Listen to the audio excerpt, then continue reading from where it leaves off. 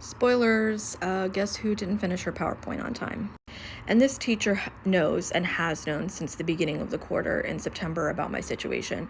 Not every detail, but like knows I've been struggling, been unemployed for over a year, you know, don't have reliable internet, etc. and so forth. Like she knows.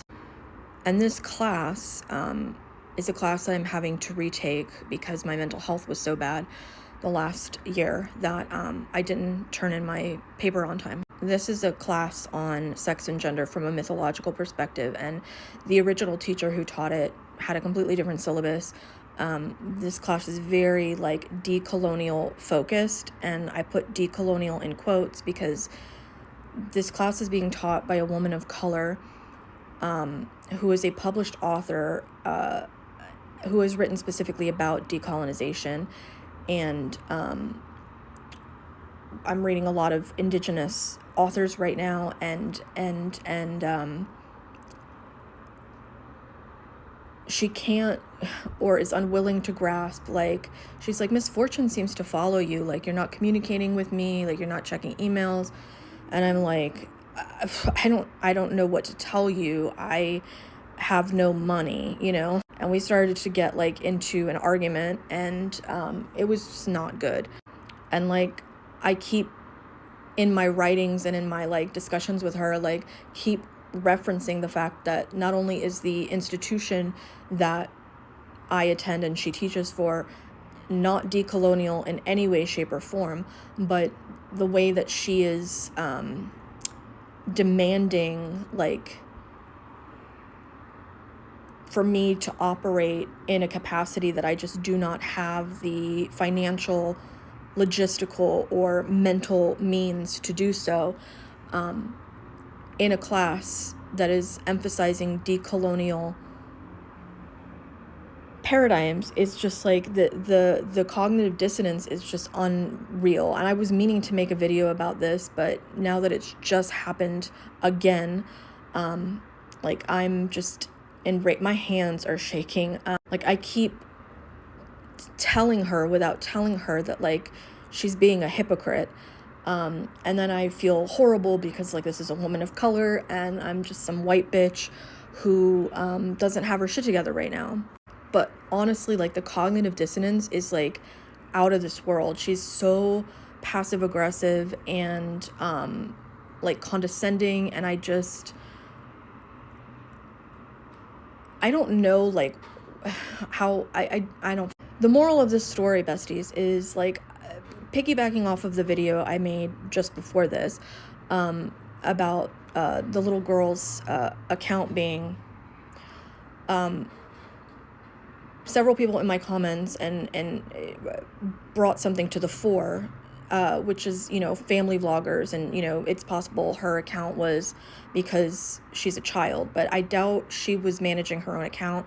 Whatever. The moral of this story is that like there are family vloggers, mommy vloggers on here, on the YT, they're everywhere, right? And they're making bank. They're making millions of dollars exploiting their own kids and staying silent about Jennifer O's side.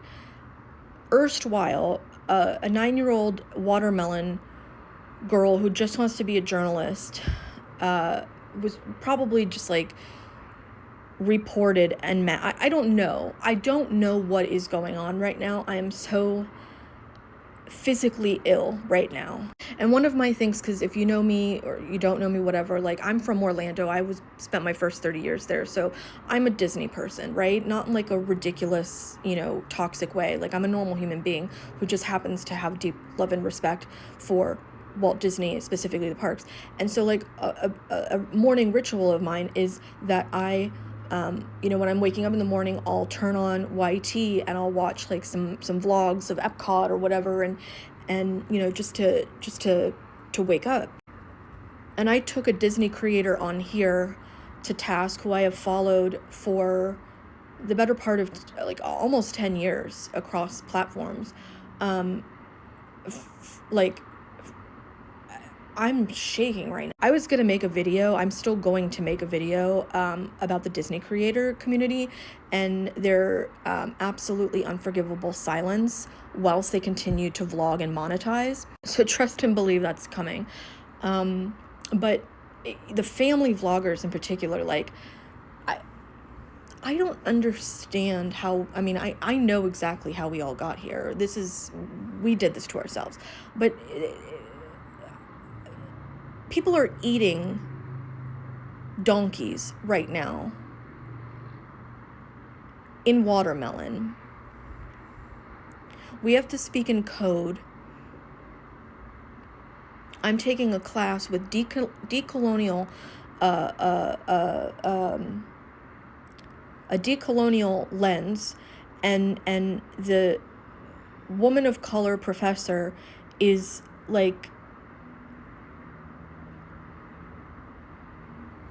unable to understand that, like how dare she say misfortune follows you wherever you go. Like, what world are some people living in where, and like, miss me with like it's academia and like you have to do what you have to do no matter what. Like, I'm sorry, no, and certainly not at the risk of my mental health, and certainly not for an institution that does nothing to support its students. This is an institution whose the majority of their programs are like psychological, clinical psychology. They are literally creating the next generation of mental health providers, and our school doesn't even have a counselor on staff. Okay, do you understand what I'm saying to you right now? So yeah, there's, I've talking ad nauseum about Taylor Swift, Beyonce, but specifically Taylor and her just inhumane, disgusting existence at this juncture. I will continue to beat that dead horse, though, believe me. But for me, like, and certainly it's family vloggers, but I don't consume that content, so I'm not particularly enraged by it, or as enraged as, just like Taylor Swift, like, I'm enraged about, but like I don't really consume her art. But like, if for me it's like Madonna, right? Like, the fact that Madonna has said it and done nothing, especially when her children are from a country that is now being forced to send laborers to, is not real. For me it's like Madonna, right? Like, for her, like, that's what hurts, right? Like, Taylor Swift is just the ultimate example, but for me, my heart is broken over Madonna's silence. But like, for me, it's like, it's not family vloggers that really like grind my gears, because like, obviously horrible. For me, it's Disney vloggers, because there's something really, really, really insidious about going to a theme park, specifically Disney parks, which is arguably the most see, Sindel's upset too, arguably the most prolific simulacrum in the history of modernity, and you literally go there to escape, right? And of course engage imagination and play and all of that, but like, you're that is not reality. It is a simulation. And to not only vlog and monetize a vlog, but to do so in the world's most prolific simulation, whilst staying silent about Jennifer O's side, as if Jennifer O's side is not engaging in exploits all over the world, is absolutely batshit bonkers to me. People are going to Epcot and wherever else, and putting their kids on camera and monetizing it, and not saying anything, or even acknowledging, not even an acknowledgement, even if they were like, pro is not real, they're not even acknowledging it, okay? And you're at Disneyland doing a fucking food review while somebody else is having to eat their donkey. Are you hearing me? I cannot conceive, like, I would love to go home and go to Epcot and eat and drink around the world and do my thing and be in my happy place, but I cannot conceive of going there right now. I could not conceive of going there right now, when it's one of the things I want to do most in the world right now.